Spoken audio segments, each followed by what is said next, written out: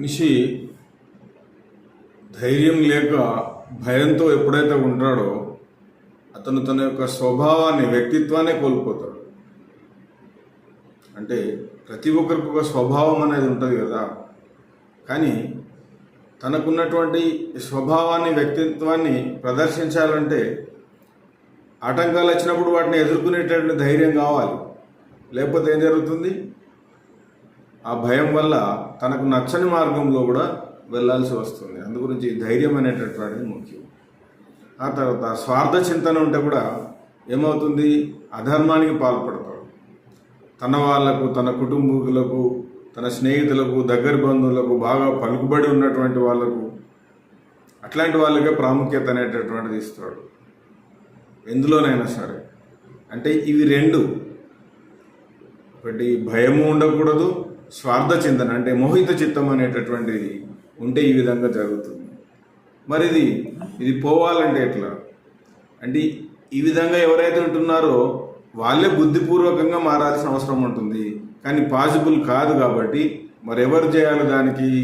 తనకు కనుక ఇష్టం ఉందనుకోండి, ధైర్యంగా ఉండాలి, స్వార్థంతో ఉండకూడదు అని ఇష్టం ఉంది, కానీ పరిస్థితుల వలన ధైర్యం లేకనా ఆ విధంగా ఉండలేకపోతున్నప్పుడు తను మారాలంటే మన శాస్త్రాల్లో చెప్పిన ప్రకారం ఒకటే మార్గం ఉంది, దైవ చింతన.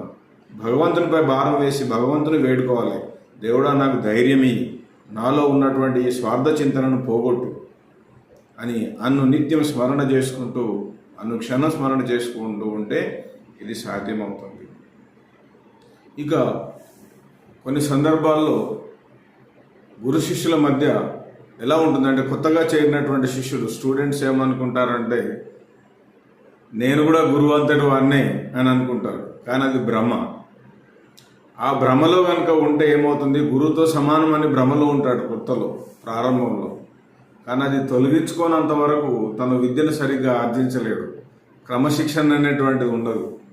ఎప్పుడైతే అలాంటి భ్రమ నుండి బయటికి వచ్చి క్రమశిక్షణతో ఉండి తను జ్ఞానవంతునిగా కావడం కోసం గురువు పైనే మొత్తం భారం కనుక ఎప్పుడైతే వేస్తాడో అప్పుడు గురువు ఆ శిష్యుని హృదయంలో పెట్టుకుంటాడు.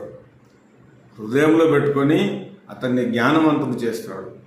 హృదయపూర్వకంగా అతనికి విద్యను నేర్పించి మంచి జ్ఞానవంతునిగా మార్చుతాడు. అందుగురించి ధైర్యము, నిస్వార్థము, వీటితో పాటు క్రమశిక్షణ అనేటటువంటిది కూడా చాలా అవసరం ఒక జ్ఞానాన్ని కనుక నేర్చుకోవాలనుకుంటే.